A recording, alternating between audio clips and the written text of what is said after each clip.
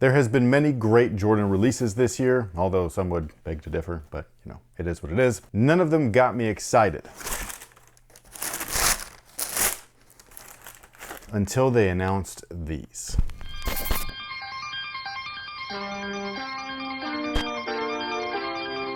Hey, what's good guys? My name's Chris. Welcome back to the official WearTesters.com YouTube channel. Today we finally have a detailed look and breakdown on the white and red Air Jordan 12s. Yes, I know that they're now called cherries, but I will never call them that because we never did. It is what it is. Am I hating anybody that uses that name? Of course not. That would be stupid. Call them whatever you'd like. All I know is that they are back. They are supposed to be as close to the OG as possible. Is that true? Well, we will find out later. First things first, you guys might notice that there is a slight switch up on the lid of the 12 box. This is the way that they came originally back in 1997. Therefore, that's how these are. I think it's cool. And then we've got the shoes, and my goodness, they're gorgeous.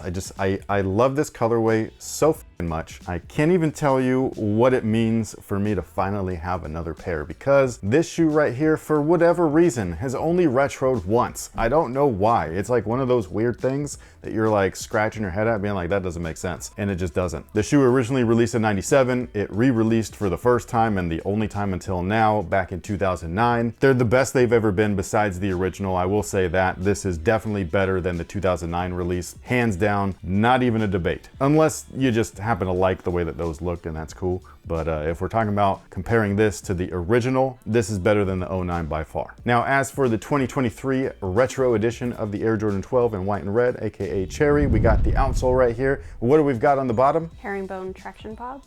Yeah, we do, and it's awesome. Those are actually made up of solid rubber, and then surrounding it is all translucent red. I love the way that this looks. Not only do I love it because it looks like the original, but it also reminds me of my first pair of Jordans that I ever bought myself. The Jumpman Pro. I know, but those are like a team shoe.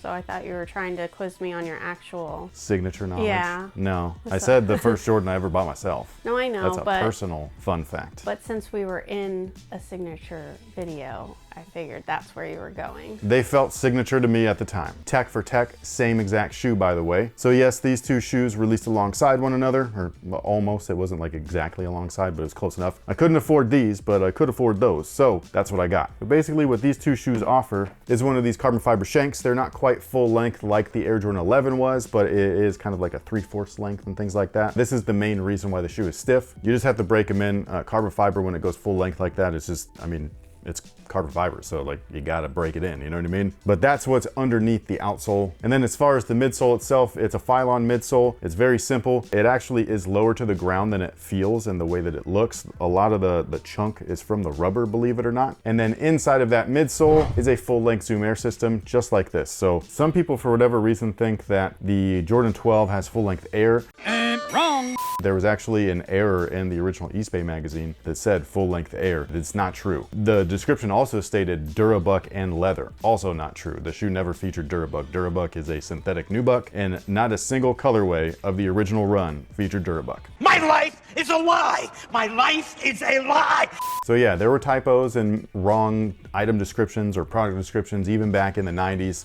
It happens. But anyways, for whatever reason, some people think that the retro releases of this shoe, not just this year, but like previous years and stuff, do not feature the full-length Zoom. That's also not a fact. It's just false information. They all feature full-length Zoom Air, and it looks like this. It feels awesome. It's great. Now, much like the playoff Air Jordan 12 retro from, was it last year? The most recent one, I can't remember. These guys feature a polyurethane insole, different than the OG. It makes the Zoom Air feel extra springy, especially once it's broken in. And yeah, I just really like it. Those polyurethane insoles are mad comfortable. And just in case you wanted to know what the original insole looked like, this is what it is. It's a really heavily glued foam insole. It's nothing special or anything like that. So again, this compared to the polyurethane stuff, I do prefer the polyurethane, but it's up to you whether or not you think that that's cool. Now, as for the upper and the overall shape and things like that, still not quite like the original. There's a lot of things that are just not accurate. Is it closer than we've gotten? I don't know. You know what I mean? Like, to me, they just still look like the past Air Jordan 12s, like the playoffs and things like that. They've got this weird kind of shape to them. It's not accurate or anything like that, but do they look like the Air Jordan 12? And that's a definite yes. Are they still sexy as Yeah, baby.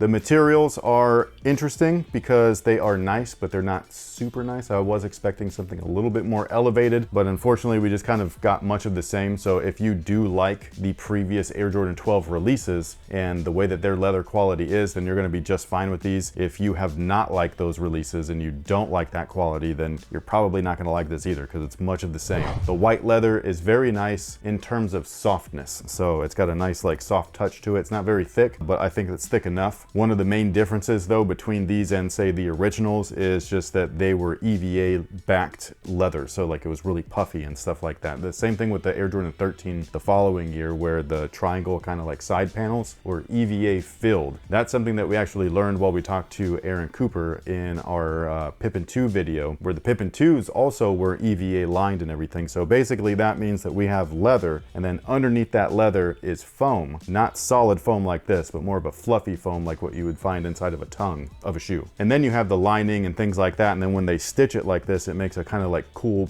puffy, quilted, soft feeling and everything, almost like a couch. These are not quite like the originals in that sense. It is still EVA backed, but it's just not like thick and puffy like it used to be. The stripes as well, also real leather. I love that they actually have the texture on them. That was something that was like a big hit or miss on the 2009 release. Mine specifically, like they're damn near smooth, you know what I mean? Like they don't have any of that lizard embossed print. Whereas these guys right here, they look so good. So I really like this. For those of you guys wondering, the little eyelet things up at the top, they're still plastic. Why? I don't know, man. I just saw a comment from MJO23 Dan, friend of the channel. Basically, he was explaining or questioning in the Jordan 1 satin bread video where they have the metal grommet eyelets all up and down, and he's just like, how come if they can do metal all the way there, why can't they do metal here? And that's where I was kind of like, I don't know what their reasoning or excuse is behind it. Also don't know. My only thought is like maybe it's a choking hazard. The suspense is terrible. He's gonna go this time. I hope it'll last. The tongue is actual leather, so if you like that, then there you go. So all the way up the strip or whatever, the middle, it's all leather. The top portion is also leather. On the sides, you can't really see it, but it's fabric. So it's supposed to be a little bit more breathable, even though, you know, no air's getting through this thing. These joints are tanks, man. These are awesome. Now, my favorite part of the shoe is just the booty. It looks so good. I love that 23, especially popping off that bright candy red. It looks fantastic. I love the patch. Also accurate to the OG, which I love. It still says quality inspired by the greatest player ever, which is true, and I can love it. Now, as far as sizing is concerned, I would go true to size. However, if you wanted to play basketball in them, you can either go true to size or down half a size, depending on if you wanted a super snug fit. Wide footers, feel free to let everybody know down below in the comment section what you do when it comes to Air Jordan 12s. Help your fellow wide footers out. They'd appreciate it. And as far as availability is concerned, they should be available in all sizes at all retailers. And if you're in the Sacramento area like we are, make sure that you check out Phenom. They actually just reopened because they closed down their original location, moved to downtown Sacramento, right across from Golden One, where the Kings play and all that stuff, in case you don't know what the arena's called. And the store is gorgeous. I mean, look at these pictures, man. These are awesome. And yes, that's Mrs. Wing sitting there in the chair looking all cute and pretty. Aw, shucks.